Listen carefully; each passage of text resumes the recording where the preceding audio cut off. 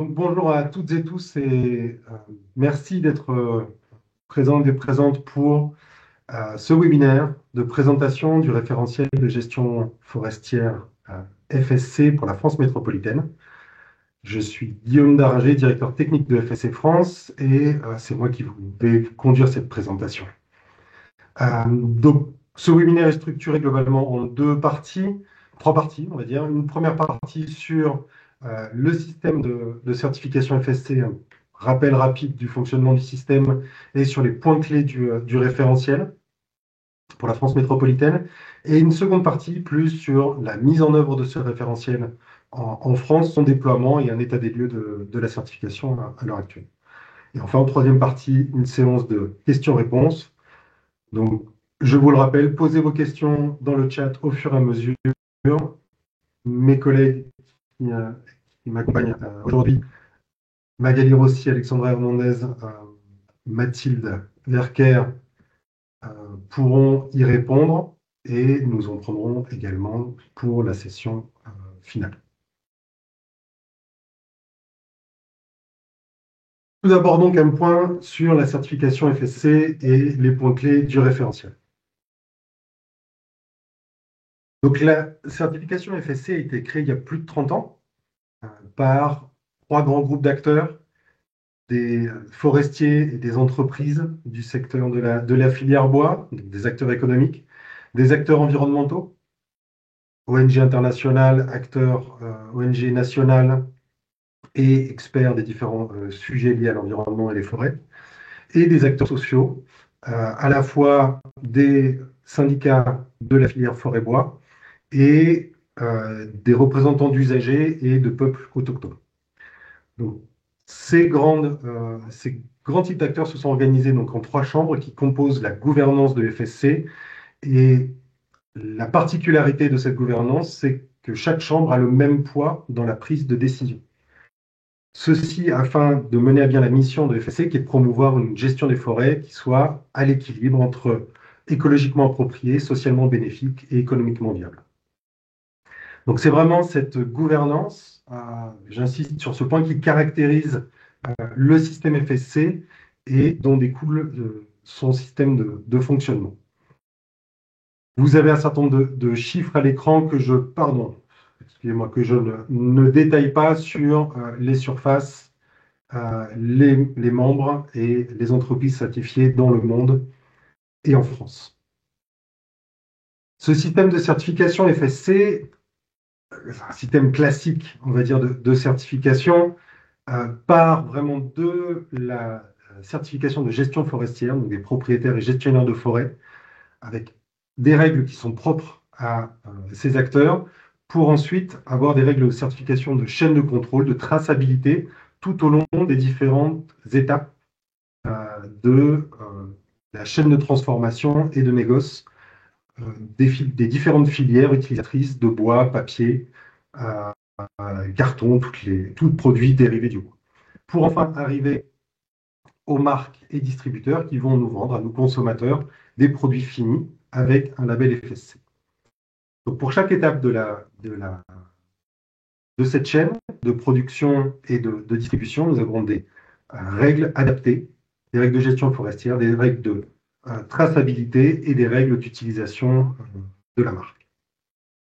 Ce cœur du processus de certification se complète par des outils complémentaires et volontaires, des outils pour les gestionnaires forestiers qui souhaitent mesurer et mettre en avant l'impact de leur bonne gestion sur les services fournis par les forêts, sur les services de biodiversité, séquestration de carbone, protection des sols, etc. Donc, des règles spécifiques pour vérifier leur impact. Et dans le cadre de la mise en œuvre du RDE, le règlement européen pour la lutte contre la déforestation, des règles FSC, des modules spécifiques qui intègrent ces aspects de RDE, qui complètent la certification FSC sur les aspects nécessaires du RDE. Sachant que ce concept de lutte contre la déforestation est au cœur de la certification FSC déjà depuis sa création. Un rapide point sur le rôle des différents acteurs dans la certification FSC. Nous avons donc la structure FSC, FSC internationale, qui développe les différentes normes dont je vous ai parlé, de gestion forestière, de traçabilité et d'usage de la marque. Ces normes sont mises en œuvre par des entreprises, par les forestiers, par des entreprises de transformation et de négoce, donc pour produire des produits certifiés FSC. Et ces entreprises sont auditées par des organismes certificateurs euh, qui ont leurs propres règles éditées par FSC, donc des organismes certificateurs type Bureau Veritas, EcoCert, par exemple, pour citer FCBA, pour citer quelques noms les plus connus.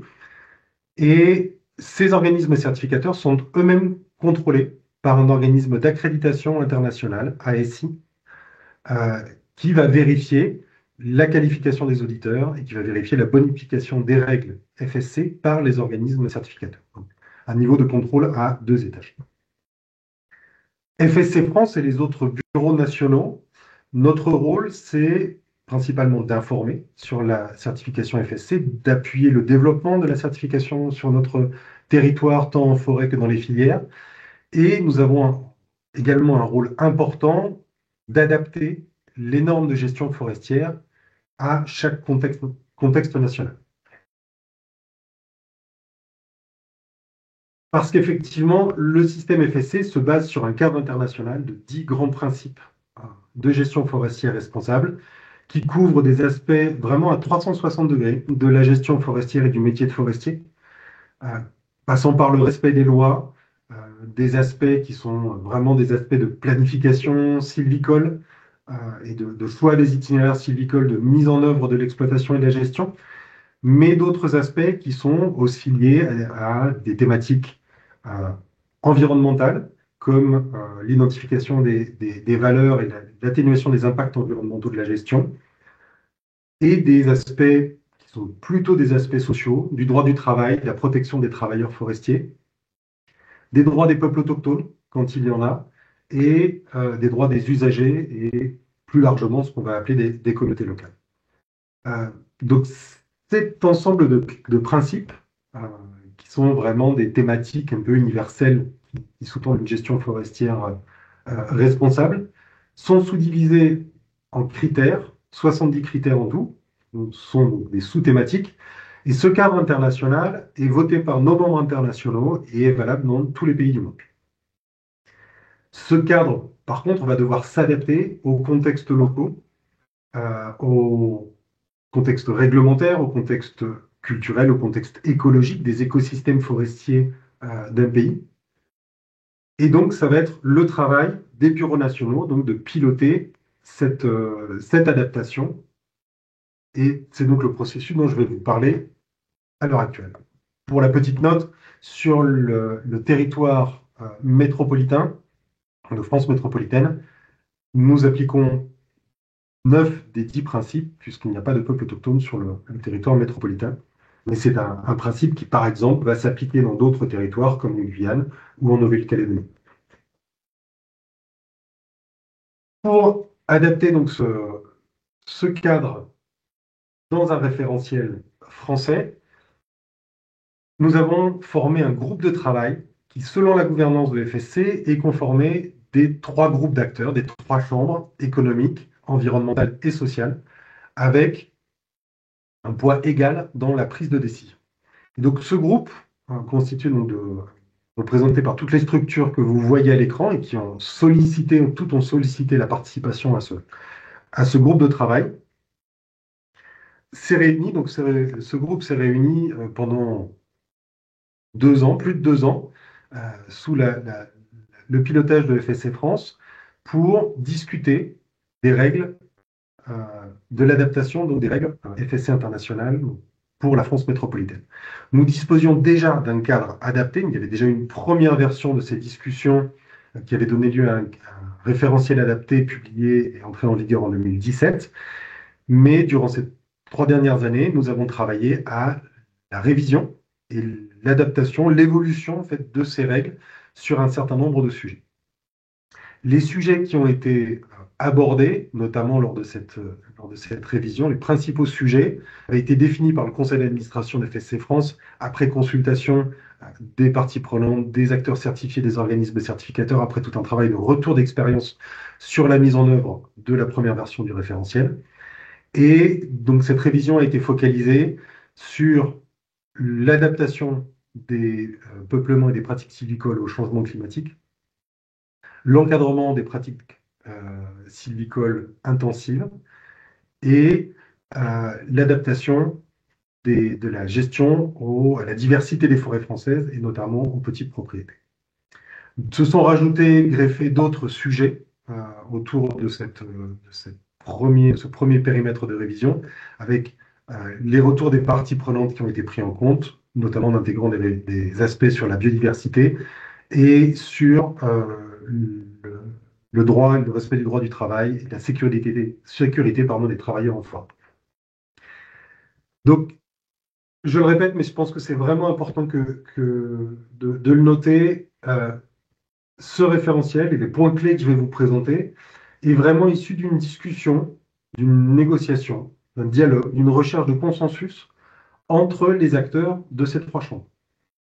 C'est forcément un travail qui est long, c'est pas toujours un travail qui est facile, mais c'est un travail qui permet finalement que chacun puisse faire avancer ses positions, fasse valoir ses arguments, et que, in fine, nous ayons trouvé sur tous ces sujets des points de rencontre entre les différentes visions de la forêt, entre les différents enjeux portés par les acteurs présents autour de la table, et aboutir ainsi à un référentiel qui a été validé par l'ensemble des parties représentées.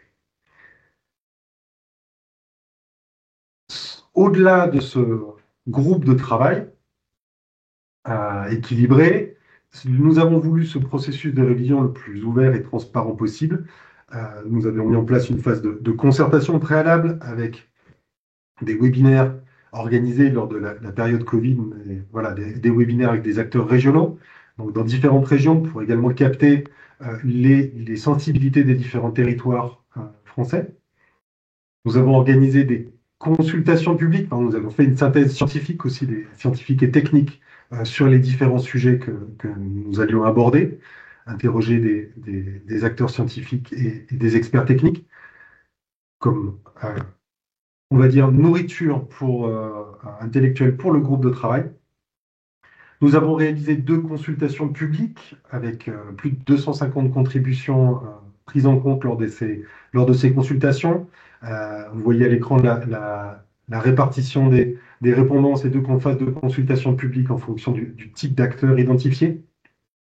Donc avec des retours qui sont assez équilibrés entre les différents types d'acteurs, ou au moins qui représentent la diversité des acteurs de la filière forêt-bois en France. Ces phases de consultation publique ont fait l'objet de résumés publics qui sont disponibles sur notre site internet. Et dans ces résumés, nous avons essayé d'expliquer les contributions reçues et la façon dont elles ont été prises en compte ou non par le groupe de travail. Les arbitrages, en fait, rendus par le groupe de travail sur chacun des sujets, sur chacun des sujets portés par les participants et participantes aux consultations publiques. Enfin, vous voyez d'ailleurs à l'écran le lien, vous aurez donc cette présentation qui vous sera distribuée à l'issue du webinaire, et vous aurez accès via ce lien à l'ensemble des documents publiés lors de cette révision. Cette révision a été complétée par un test en forêt mené par des auditeurs FSC, donc un groupe de 5 auditeurs et auditrices, sous l'observation de représentants du groupe de travail FSC et avec la contribution évidemment de gestionnaires forestiers, des différents gestionnaires forestiers certifiés FSC, privés comme publics, afin de discuter sur le terrain de la pertinence et de la bonne rédaction de ces règles FSC. Voilà pour ce qui est du processus. Je vais maintenant vous parler finalement du contenu auquel nous avons abouti au fil de ces discussions, donc contenu qui est entré en vigueur dans ce nouveau référentiel au 1er septembre 2025. Je vous ai parlé des thématiques qui ont été abordées lors de cette révision. Je souhaiterais dans ce contenu aller finalement plus loin que les thématiques qui ont évolué lors de cette révision, parce que certaines qui n'ont pas forcément été discutées parce qu'elles n'avaient pas besoin d'être modifiées, sont malgré tout centrales et essentielles dans la compréhension et la mise en œuvre de la certification FSC. Et donc, dans cette vision à 360 degrés qu'apporte la certification FSC en termes de gestion forestière, du métier de forestier, finalement, un des principes, une des finalités que nous avons recherchées dans cette révision et dans ce travail, c'est vraiment la pérennité de la ressource en bois et de l'ensemble des services fournis par la FONC. Et nous pouvons finalement aborder cette thématique via trois grands sujets. Le premier, c'est d'atteindre des forêts qui soient adaptées au changement climatique. Dans ce cadre-là, nous avons discuté de imposer finalement généraliser l'usage de diagnostics de vulnérabilité au changement climatique et diagnostics sur les risques, et notamment les risques incendies, qui sont des étapes essentielles pour mieux prendre en compte ces enjeux dans chacune des forêts, dans leur contexte spécifique. Et nous avons également beaucoup travaillé autour de la diversification des peuplements en espèces, du fait de privilégier les essences indigènes. Je ne détaille pas plus ces points parce que j'y reviendrai de façon plus précise dans les diapos suivantes. Finalement, de préserver la diversité globale de nos forêts et en définissant des itinéraires qui soient adaptés au changement climatique, avec une composante que je rajoute ici, qui est l'encadrement des coupes rases, qui a effectivement fait l'objet de nombreuses discussions dans notre groupe de travail. Le deuxième pilier que je voudrais aborder, c'est la préservation des valeurs environnementales. Ça a été un point clé de notre discussion, vraiment de considérer la biodiversité, sa préservation, son maintien, sa restauration, comme un point clé pour obtenir vraiment des forêts adaptées au changement climatique, parce que la biodiversité est vraiment un élément de clé de voûte du fonctionnement des écosystèmes forestiers et donc de leur santé. Donc ça a été vraiment important dans nos discussions de replacer cette biodiversité pas comme quelque chose qu'il faut conserver et préserver de façon un peu, je dis, théorique et déconnectée du métier de forestier, mais au contraire de le remettre dans un objectif de maintien, de pérennisation de la ressource en bois, donc des forêts, de leur fonctionnement et donc de la production de bois et de l'ensemble des autres services. Nous avons beaucoup travaillé sur le maintien et l'amélioration des caractéristiques naturelles des habitats. De même, je vous en reparlerai. Détailler des certain nombre de pratiques adaptées pour maintenir la fertilité et la structure des sols et préserver les ressources en eau. Donc, vous voyez toute la connexion entre ce pilier des valeurs environnementales et l'adaptation des forêts au changement climatique. Et puis un dernier point qui me semble important de détailler avec vous, c'est comment, via le référentiel FSC, nous pouvons aller vers un contexte social plus apaisé. Un des points clés de la certification FSC, du référentiel français, c'est la concertation, la mise en place de mesures de dialogue avec les parties prenantes par le forestier. Ça passe aussi par la gestion des sollicitations et des réclamations des parties prenantes. Et enfin, sur tous ces aspects sociaux, et si je prends une vision plus finalement de filière, c'est aussi une question de renforcer les aspects de sécurité au travail dont j'en avais parlé. Ça a aussi fait l'objet de discussions importantes de cette révision. Ce ne sont que quelques points de l'ensemble des 10 principes, 70 critères et plus de 240 indicateurs que nous avons définis sur ce référentiel. Je ne vais pas pouvoir tous les détailler non plus, donc je vous propose de focaliser, de creuser un petit peu 4 sujets.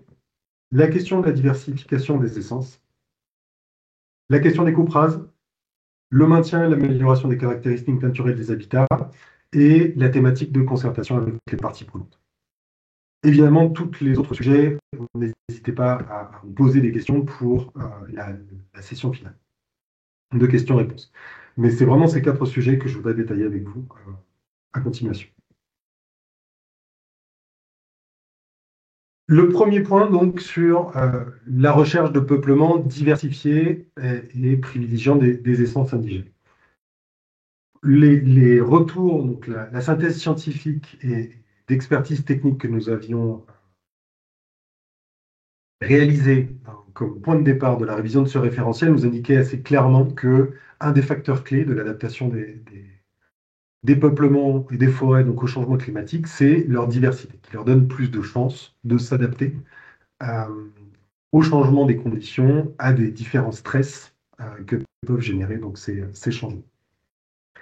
Donc nous avons effectivement focalisé beaucoup de règles et des nouvelles règles sur, en plus des règles déjà existantes, sur cette question de la diversification des peuplements et du fait de privilégier les essences indigènes.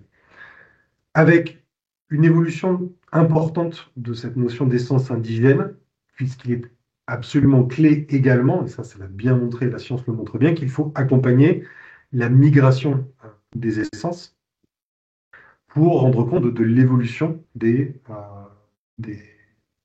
climat et donc des conditions de station forestière. Donc, vous voyez à l'écran donc une carte des grands domaines biogéographiques français qui sont utilisés notamment pour la définition des zones Natura 2000 dans ces règlements européens. Moi, ça m'a rappelé mes cours de géographie de collège. Mais finalement, voilà, nous avons décidé de nous baser sur ces grands domaines pour convenir qu'une essence, si elle est présente dans une aire biogéographique, sera considérée comme indigène dans l'ensemble de cette aire.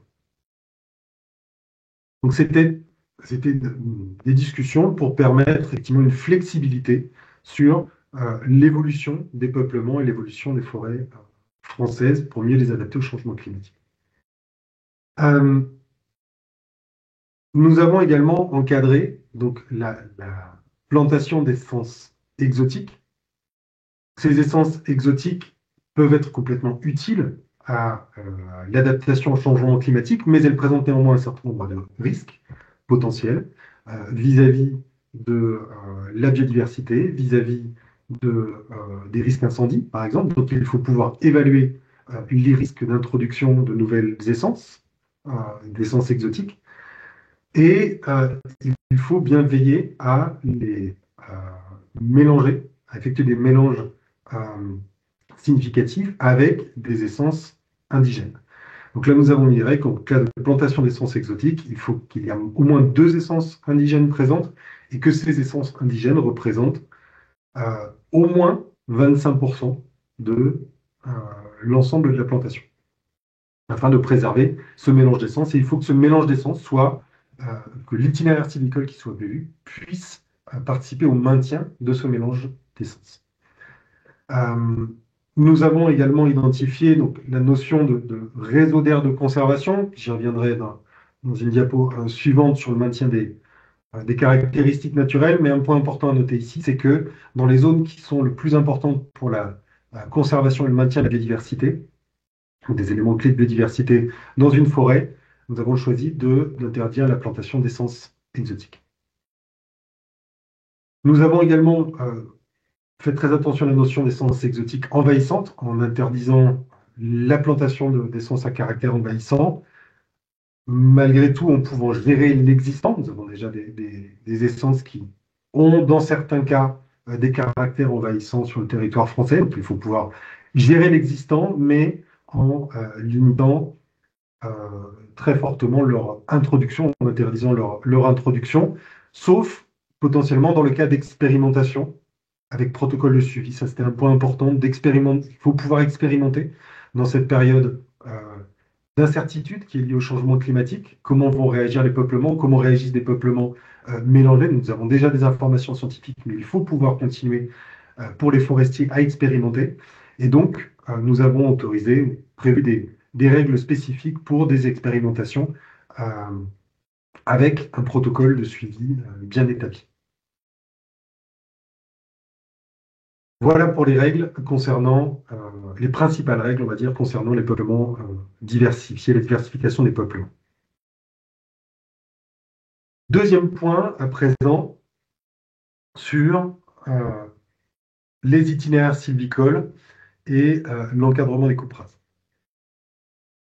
Le premier point, qui est très important à signaler, qui peut paraître évident pour tout forestier, mais néanmoins, il est important de le rappeler, c'est que l'ensemble des choix qui sont faits en termes d'itinéraire sylvicole, que ce soit en termes de choix des essences, de choix des travaux, des itinéraires qui sont retenus, doivent permettre de conduire vers une adaptation, doivent être adaptés aux stations et adaptés à différents enjeux et adaptés à une évolution des forêts pour leur permettre de résister au changement climatique ou de s'adapter au changement climatique.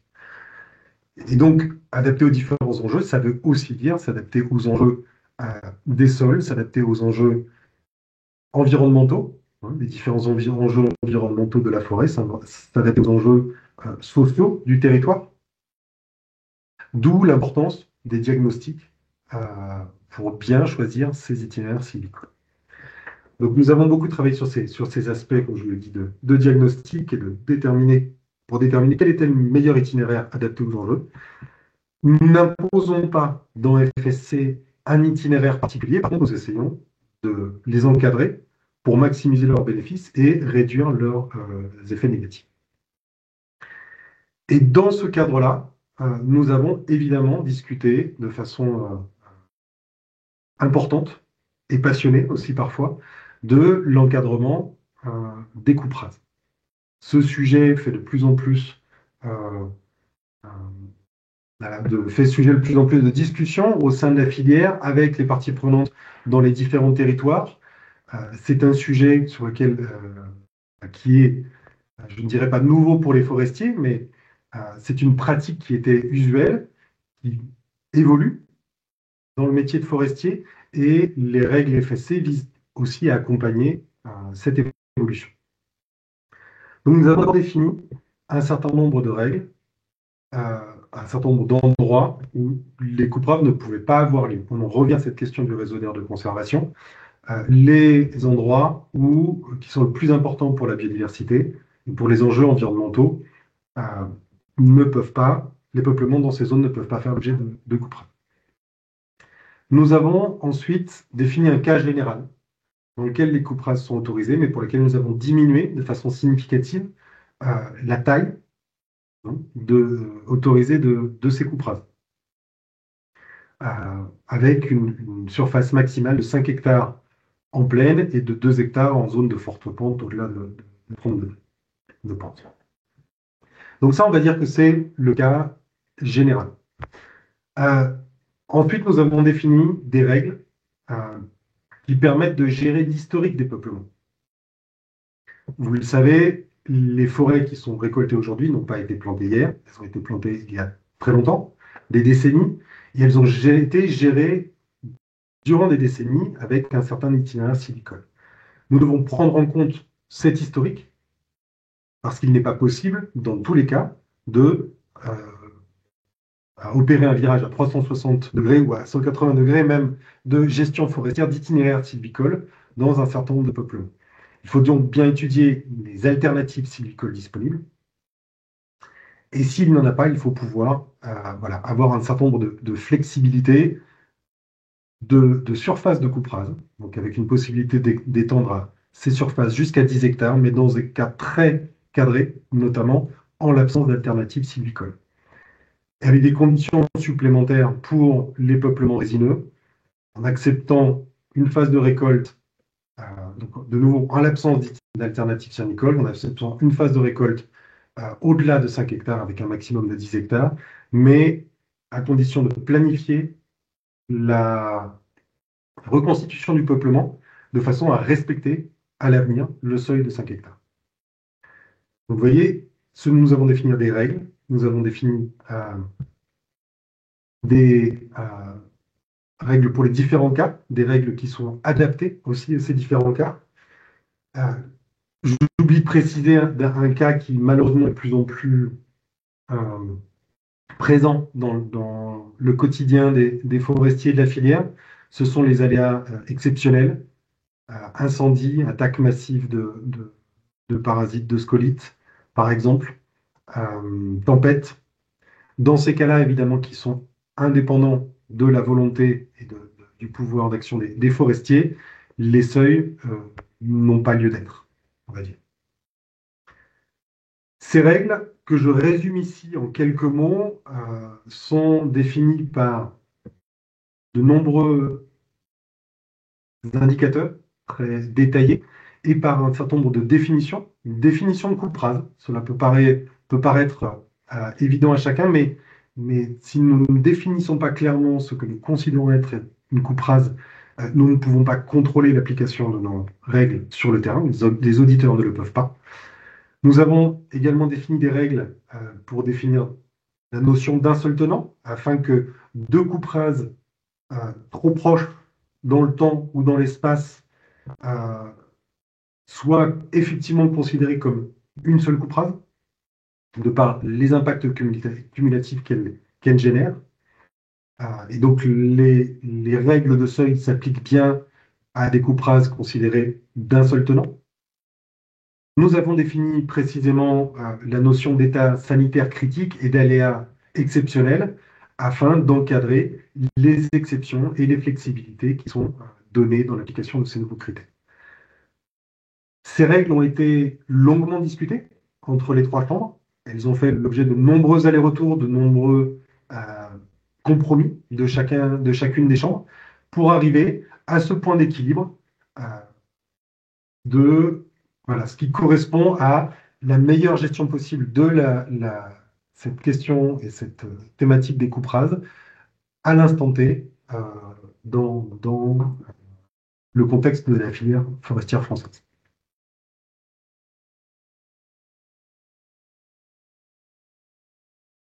Troisième point que je voulais aborder avec vous, c'est le maintien et l'amélioration des caractéristiques naturelles des habitats. Je vous ai déjà mentionné plusieurs fois, un peu sous forme de teaser, la question du réseau d'aire de conservation. Donc ce réseau d'aire de conservation, c'est un réseau qui doit représenter 10% minimum euh, des forêts certifiées et qui va vraiment être dédié au maintien et à l'amélioration des caractéristiques naturelles des habitats. Donc je vous l'ai déjà dit, avec un certain nombre de restrictions en termes d'itinéraire sylvicole, pas d'introduction d'essences exotiques et pas de coupe rase. Il peut cependant évidemment y avoir de l'exploitation euh, de bois dans ces zones, mais avec des itinéraires sylvicoles adaptés et qui permettent le maintien et l'amélioration de ces caractéristiques naturelles. Diversité, structure, dépeuplement, etc. Dans ce réseau d'aires de conservation, on va retrouver notamment un minimum de 2 îlots en libre évolution. Sur ces îlots en libre évolution, évidemment, pas d'exploitation, mais ces îlots en libre évolution sont vraiment un point essentiel dans la préservation euh, et l'amélioration des caractéristiques naturelles des habitats et donc de la biodiversité dans les forêts comme zone de refuge euh, pour cette biodiversité. Donc ces îlots en libre évolution, voilà, 2% dans toutes les forêts qui sont certifiées FSC. Ce réseau d'aire de conservation doit également contenir des zones humides, toutes les zones humides de la forêt, des zones tampons, inclus les ripisylves autour des cours d'eau et des plans d'eau. L'idée, c'est vraiment de préserver, dans ce cas-là, le fonctionnement des systèmes aquatiques dans nos forêts et donc préserver les ressources en eau disponibles pour l'ensemble de l'écosystème forestier. Donc préservation de l'ensemble des ripisylves, notamment via ces zones tampons qui doivent par ailleurs faire un minimum de 10 mètres, mais ils peuvent s'étendre donc, sur l'ensemble de la ripisylve. Et enfin, ce que nous appelons dans FSC les zones à haute valeur de conservation, c'est-à-dire les zones qui sont identifiées comme essentielles pour le maintien de l'habitat d'espèces protégées, d'habitats effectivement protégés. Et pour permettre aux forestiers d'identifier ces zones, nous avons développé tout un travail en collaboration avec le WWF et anciennement International Paper, aujourd'hui Sylvamo, pour définir une boîte à outils pour les hautes valeurs de conservation. Vous avez à l'écran au milieu la couverture d'un de ces outils au sein de cette boîte, qui sont une série de fiches espèces qui identifient donc les espèces clés les plus sensibles à la gestion forestière, leur habitat et leurs besoins en termes de gestion.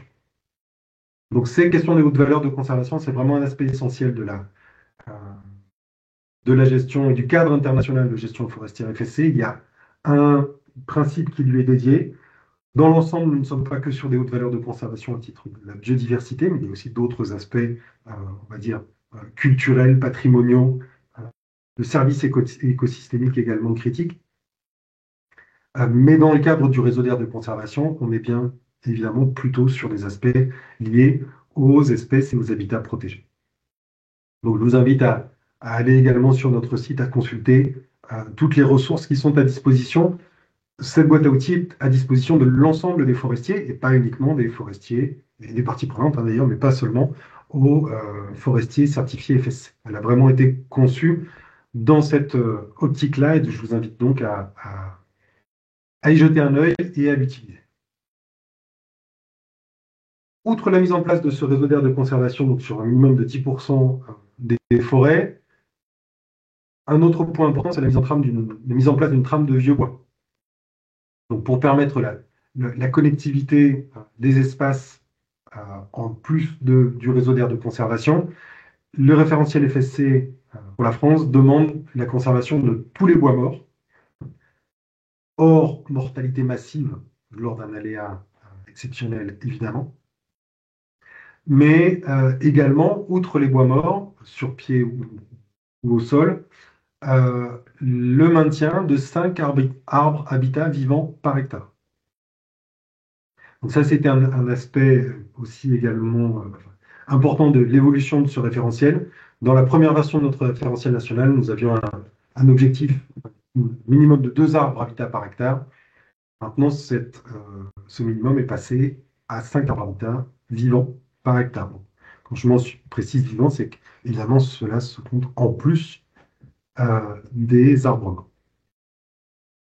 Tous ces aspects, donc, pour vraiment assurer le maintien, la préservation des conditions pour la biodiversité dans les forêts certifiées FSC. Et le quatrième point sur lequel je souhaitais échanger, vous présenter, c'est la question de la concertation avec les parties prenantes. Comme je vous le disais, le dialogue est vraiment au cœur de la certification FSC depuis sa gouvernance. Voilà.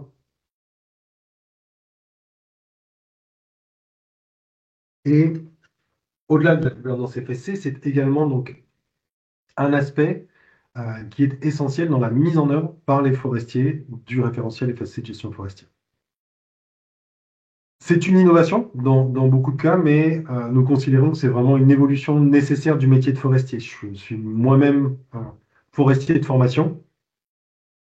On ne nous a pas appris à l'école à dialoguer avec les parties prenantes, à prendre en compte d'autres avis que nos avis d'experts.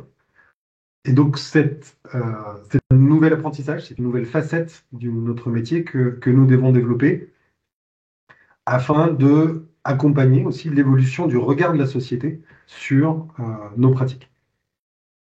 Et donc, ce cadre FSC permet en fait aux forestiers d'établir un vrai dialogue avec les parties prenantes pour identifier les enjeux, identifier les impacts sur la gestion, échanger sur les mesures de gestion qui peuvent être proposées pour faire face à ces enjeux, expliquer les décisions qui sont prises, ça c'est un point qui est important, faire un retour en fait aux parties prenantes sur les décisions de gestion qui sont prises et gérer à l'amiable les éventuelles réclamations.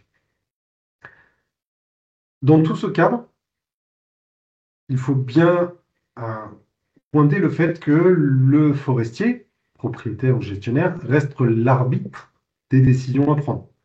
n'est pas dans un FSC n'impose pas une codécision, mais elle impose un dialogue constructif avec les parties prenantes. Le forestier reste l'arbitre. Pourquoi? Parce que s'il est propriétaire, c'est son bien, c'est sa forêt.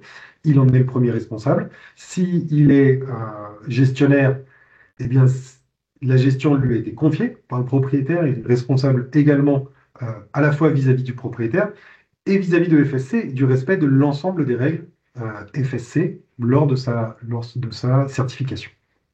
Donc c'est au forestier de trancher, de prendre les bonnes décisions et de démontrer, notamment à l'organisme certificateur, qu'il a bien mené ce dialogue avec les parties prenantes, qu'il a évalué les demandes qui étaient faites, les propositions qui étaient faites, les informations qui étaient transmises, et qu'il a pris la meilleure décision possible avec les informations à sa disposition. Pardon. Voilà pour cette première partie en détaillant quelques points clés du référentiel de gestion forestière FSC.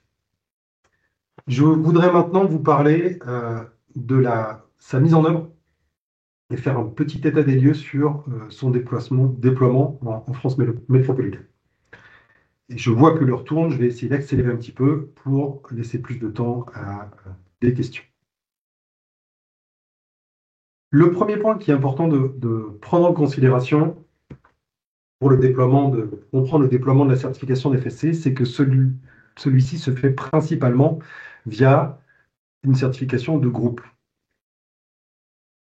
Il peut y avoir il y a d'ailleurs en France des forêts qui sont certifiées à titre individuel, des propriétaires de forêts qui ont certifié leur forêt à titre individuel, mais qui ont certifié plusieurs forêts, mais de par l'étendue, la dimension du référentiel FSC, la formalisation finalement des pratiques de gestion qu'il impose pour pouvoir démontrer le respect des règles aux auditeurs, le déploiement, le modèle le plus adapté à la mise en œuvre de la certification FSC, c'est le regroupement de propriétaires, publics ou privés, sous un même certificat, un système de portage par un responsable de groupe de certification.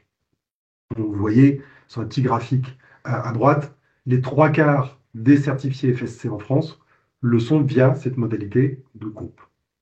Donc, dans un groupe, il y a un responsable de groupe qui peut être un forestier ou non. Donc, ça peut être un expert ou un gestionnaire forestier, une coopérative. Ça peut aussi être un parc naturel régional ou un autre acteur du territoire qui qui prend la responsabilité pour un ensemble de propriétaires de la mise en œuvre du référentiel FSC.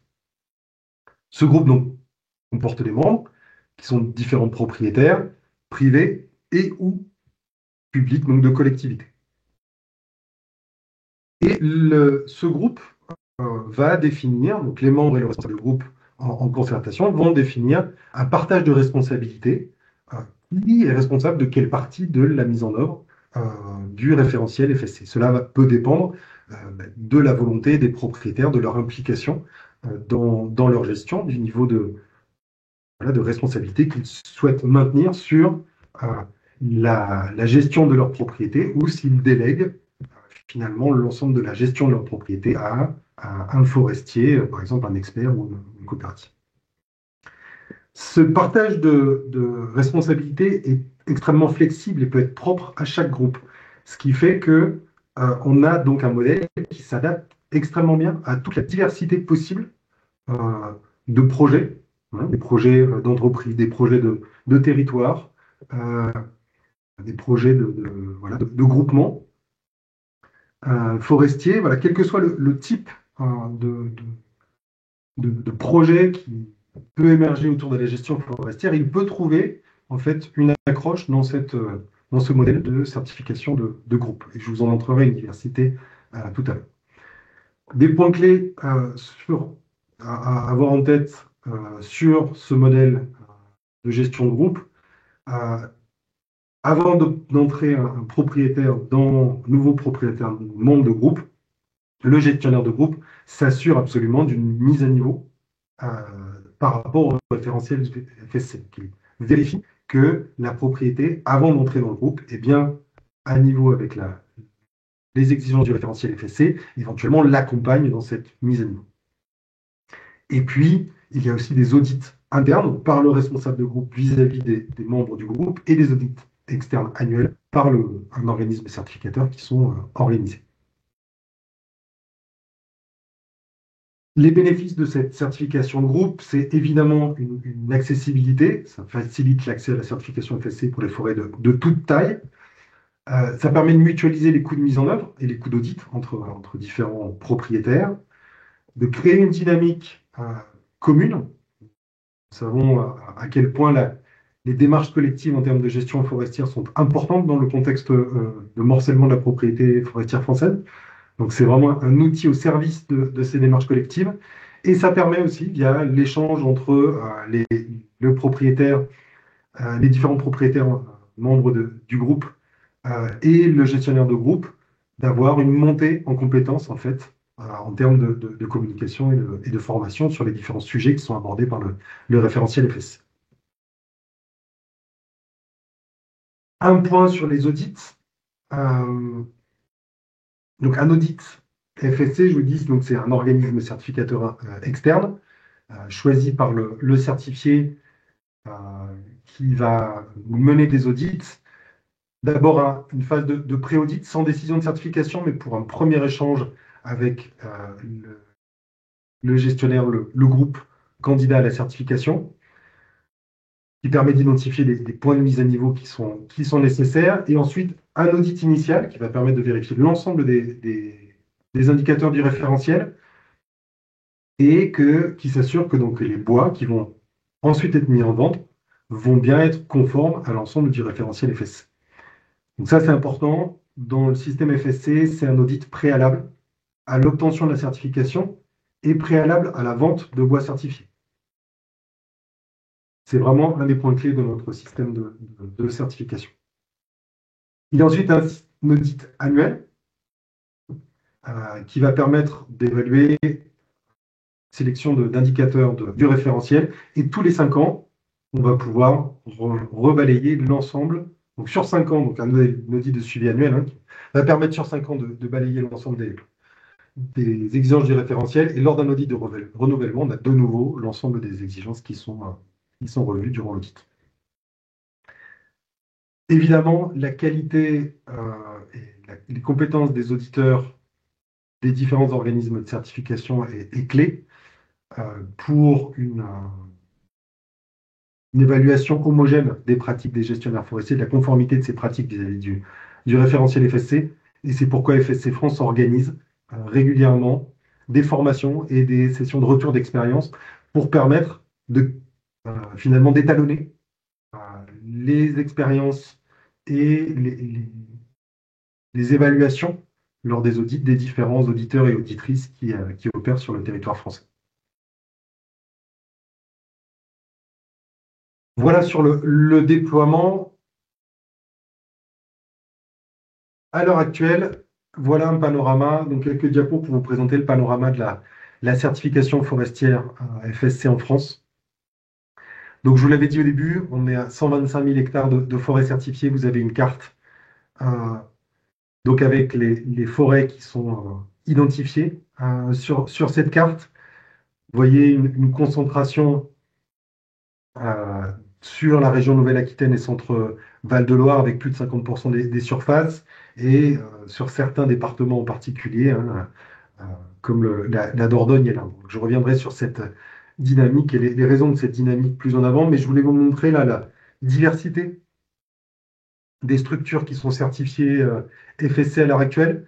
Nous avons un ensemble d'experts et de gestionnaires forestiers de différentes tailles, de différentes capacités, de différentes localisations aussi en France qui sont certifiées FSC.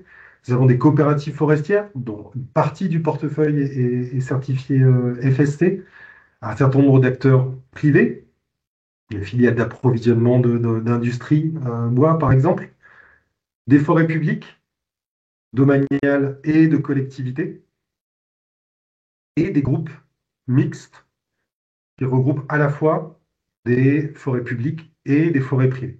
Donc vous voyez sur l'ensemble de ces structures qui sont porteuses de certification FSC en France, les trois quarts finalement le sont via une certification de groupe. Ce qui vous montre bien finalement la diversité des projets possibles via une certification de groupe FSC, donc portée par différentes structures dans différents contextes. Ce déploiement en forêt française, il est de façon vraiment très intéressante, assez fidèle en fait à la structure des forêts françaises, que ce soit en termes de propriété foncière. Les trois quarts des forêts certifiées FSC en France sont des forêts privées. Vous voyez qu'on retrouve pratiquement à quelques pourcentages près la structure de la propriété foncière FSC française en général, donc parmi les forêts qui sont certifiées FSC. Et c'est également le cas globalement sur les tailles de forêts FSC. Vous voyez bien, plus de 60% des forêts certifiées FSC en France font moins de 20 hectares. Et donc, on voit bien que la certification FSC, loin des idées reçues, elle est possible et adaptée à toutes les propriétés forestières en France, publiques, privées, et quelle que soit leur taille, notamment, comme je disais, grâce à la certification de groupe.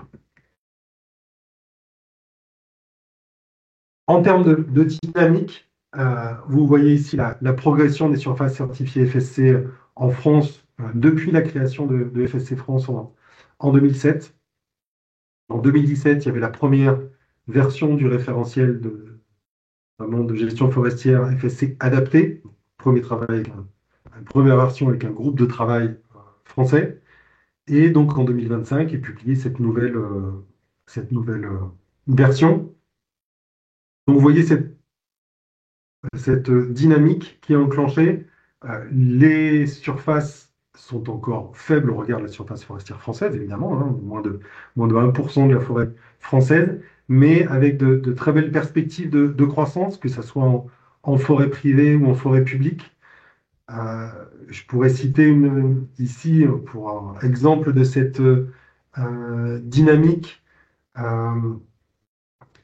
le cas de CNP Assurance, qui est le premier propriétaire privé de France avec 55 000 hectares de forêt, qui a annoncé dès mars de cette année son intention de certifier l'ensemble de ses massifs FSC d'ici à 2030.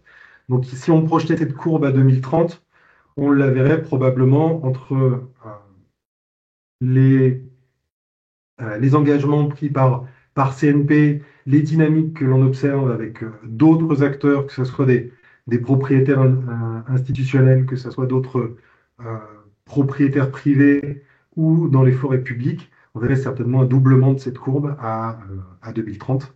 Et c'est l'objectif sur lequel nous travaillons à FSC France. Donc une dynamique vraiment très positive avec des acteurs qui reconnaissent en fait les bénéfices de la certification FSC sur leur forêt, sur la santé de leur forêt et sur voilà, vis-à-vis de leurs objectifs de gestion à moyen terme. Vous aurez ici voilà, aussi des liens vers les informations, les articles que nous avons publiés pour permettre de comprendre en fait le pourquoi de l'engagement d'un certain nombre d'acteurs autour de cette certification FSC. Nous avons dans cette croissance également la croissance donc, des groupes qui sont déjà certifiés, je vous montrais, des acteurs qui intègrent de nouvelles forêts, et puis des nouveaux candidats. 5 nouveaux candidats déjà prévus en audit pour l'année 2026, et donc qui permettra effectivement de continuer à participer à cette belle dynamique de croissance. En parlant plus sous un angle filière, vous avez ici un graphique qui vous montre l'ensemble des volumes qui sont exploités dans les forêts FSC, répartis par type de bois et par essence, principales essences. Et je voulais faire un focus en fait sur sur cette région du Nord-Aquitaine, Centre-Val de Loire, pour que vous compreniez en fait un peu la dynamique qui est à l'œuvre actuellement en termes de filière FSC. La demande en produits forestiers FSC, en produits bois FSC, est actuellement tirée notamment par les filières papier et panneaux, qui ont des besoins importants en certification, en produits certifiés FSC pour leur positionnement et leur maintien sur les marchés européens et mondiaux. Et donc, cette dynamique entraîne finalement la, la participation des fournisseurs, de ces différentes entreprises à l'approvisionnement en produits bois certifiés FSC. Et donc, vous voyez qu'autour de cette zone, euh, finalement, où se concentrent plus de 50% des forêts certifiées FSC, bah, nous avons aussi le tissu de filières qui se met en marche et qui se mettent qui participent en fait à cet effet filière autour de FSC avec plus de 30 entreprises d'exploitation et de sillage qui sont maintenant certifiées, avec toujours cette relation qui est importante entre l'offre et la demande. La multiplication de l'offre permet aussi la matérialisation de la demande des entreprises de la filière et donc la mise à disposition de toujours plus de matériaux bois sur les marchés FSC, que ce soit à destination des marchés français ou des marchés européens et internationaux.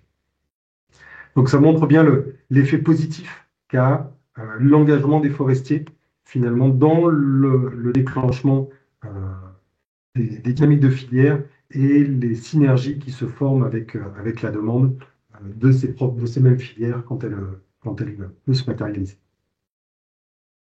Donc dans ce cadre-là, FSC France travaille activement à l'accompagnement de ces démarches de filière et aussi à l'émergence d'autres filières, comme des filières plus tournées évidemment vers le bois d'œuvre, et notamment le secteur de la construction. Donc, si je devais résumer un petit peu les bénéfices de la certification FSC, cette diapo finalement est tirée de beaucoup d'échanges que nous avons avec les forestiers certifiés FSC de tout type. On retrouve à la fois des bénéfices qui vont être techniques, hein, dans l'amélioration de certaines pratiques de gestion forestière. Euh, Certaines pratiques qui sont demandées par FSC font déjà partie des pratiques courantes de la plupart ou de certains forestiers, mais d'autres points, ça pousse en fait à aller plus loin, à enrichir les pratiques, à les préciser. Et puis parfois, ça amène à une ouverture à d'autres dimensions de la gestion, sur par exemple la question de libre évolution ou de concertation, de dialogue avec les parties prenantes.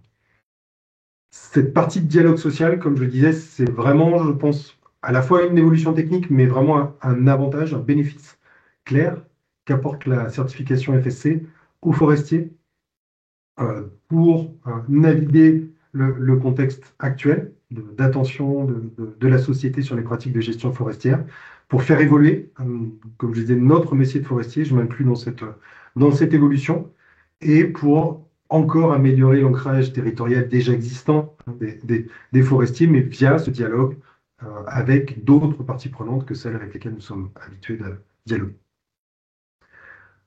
Enfin, il y a cette dimension finalement d'image qui vient aussi du dialogue, en fait. Le dialogue nous permet d'amener une reconnaissance et une meilleure valorisation de nos bonnes pratiques de gestion forestière avec l'ensemble des acteurs. Et cette image qui est aussi amenée par euh, la crédibilité, la rigueur du système FSC, son équilibre entre les différentes dimensions économiques, environnementales et sociales de la gestion forestière, euh, est vraiment importante et participe également à un certain nombre à l'amélioration en fait, de l'image du métier de forestier, qui est important pour l'attractivité des recrutements dont nous avons besoin dans la filière. Et finalement, d'un point de vue économique, c'est aussi cette même image et cette crédibilité qui fait la valorisation économique de la certification FSC ou des produits bois certifiés FSC sur certains marchés existants, qui fait en fait l'attractivité pour l'ensemble des marques, hein, et des distributeurs de produits finis, Certains bénéfices économiques, donc je le dis sur certains euh, segments de marché, dans certaines régions sont présents. Ils ne sont pas encore disponibles partout, mais l'évolution de l'offre en produits FSC, comme je dis, permet de faire filière autour de la certification FSC et de maximiser donc son potentiel de bénéfices économiques. L'accès, sur un point que nous n'avons pas détaillé, mais la question des services écosystémiques et aussi l'accès à de nouveaux marchés émergents est aussi également important, avec des perspectives, des réserves de valeur, je dirais, sur ces aspects de la certification et de la valorisation des services environnementaux. L'intérêt en fait de cet ensemble de bénéfices, et c'est pourquoi je voulais vraiment vous détailler ce panorama, c'est que de nouveau, chacun de ces bénéfices n'est pas forcément pertinent pour chaque projet, pour chaque forestier, pour chaque structure qui souhaite s'engager dans la certification, mais la diversité des bénéfices qui peut être tirée d'une certification FSC en fait de nouveau un système qui est extrêmement adaptable et adapté à tous les types de projets, tous les contextes locaux et régionaux de nos territoires et des différentes structures qui sont acteurs de la filière forêt-bois en France. Je termine avec cette diapo qui résume quelques chiffres clés, certains au-delà de ce que j'ai déjà pu vous présenter. Et je vous remercie de votre attention et je vais maintenant ouvrir la phase suivante sur des questions.